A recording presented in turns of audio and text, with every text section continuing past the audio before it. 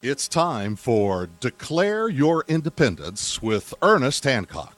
Believe me when I say we have a difficult time ahead of us. But if we are to be prepared for it, we must first shed our fear of it.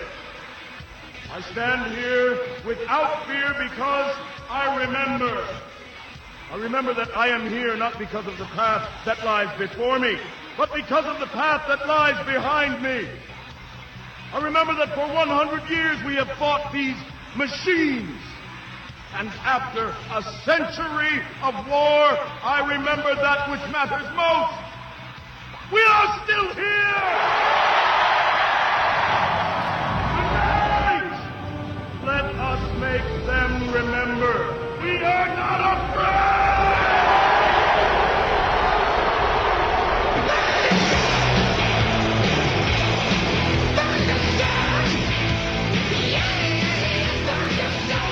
Welcome back to Declare Your Independence with me, Ernest Hancock, here in Phoenix, Arizona, from the beautiful studios of Freedom's Phoenix Farm, where we're out painting the barn today. That's right, got barn red. We're going to have some fun with it, and my granddaughter's out there getting paint all over her. Not my problem.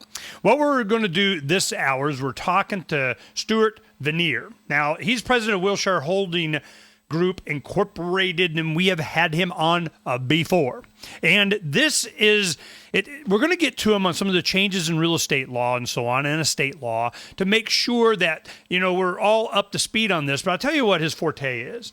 The reason he has come on in the past is to communicate with us how it is that you can get out from under your home mortgage and not take an IRS hit.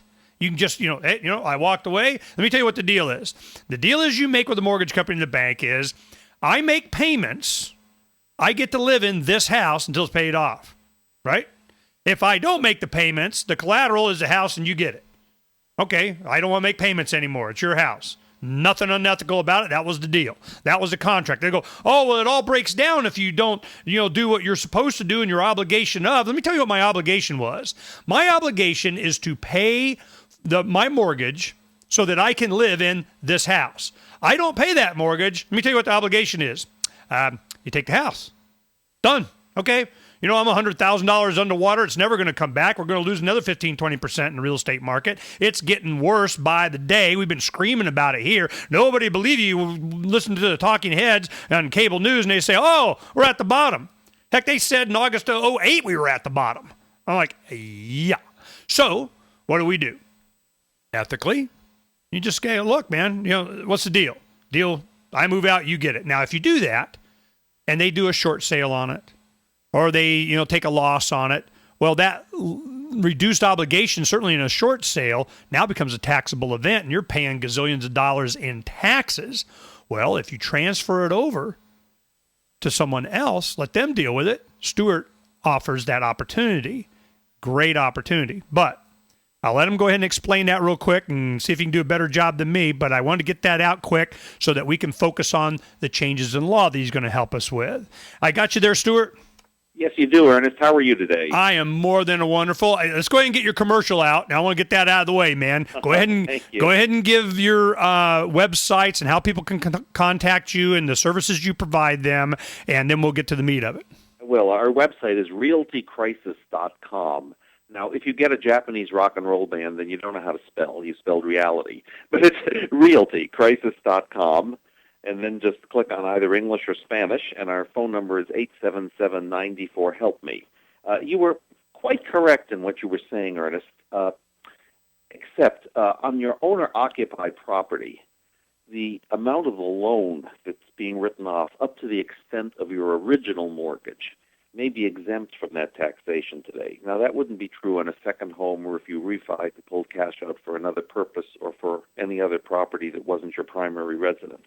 Then that would be taxable income, and we can help people by purchasing the property for the amount of the debt and having the bank take a loss under our ownership instead of theirs.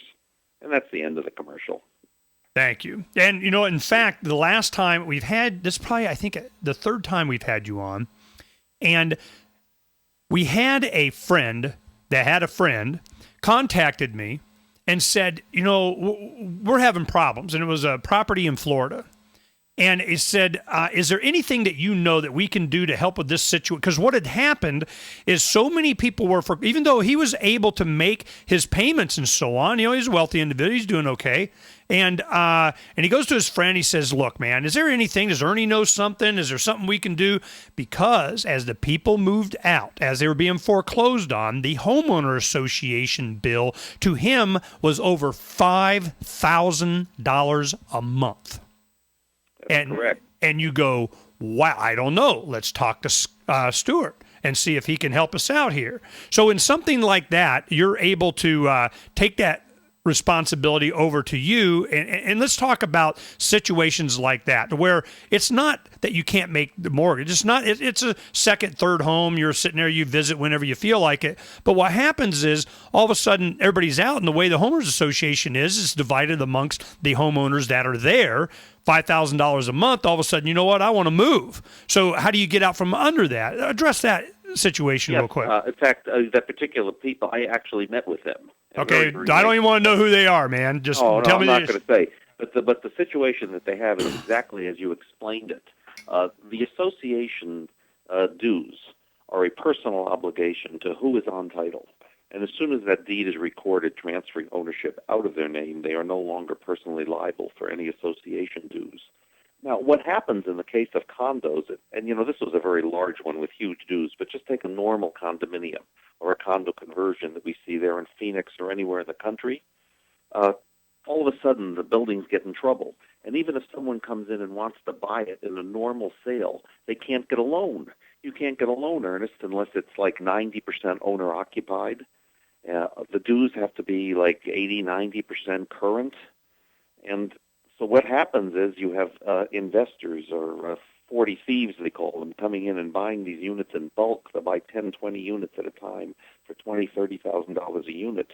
They dissolve the association. They turn it back into an apartment house. And there you are, sitting there with the home that you bought for $150,000 or $200,000 in the middle of an apartment building worth $20,000 a unit. You have an unsaleable, uncorrect situation. It'll never get better. Wow. You got to get out of that. That's a really bad And the thing. service that you provide, explain that. Well, what we do is we buy the property for the amount of the debt. We take over responsibility for the loan.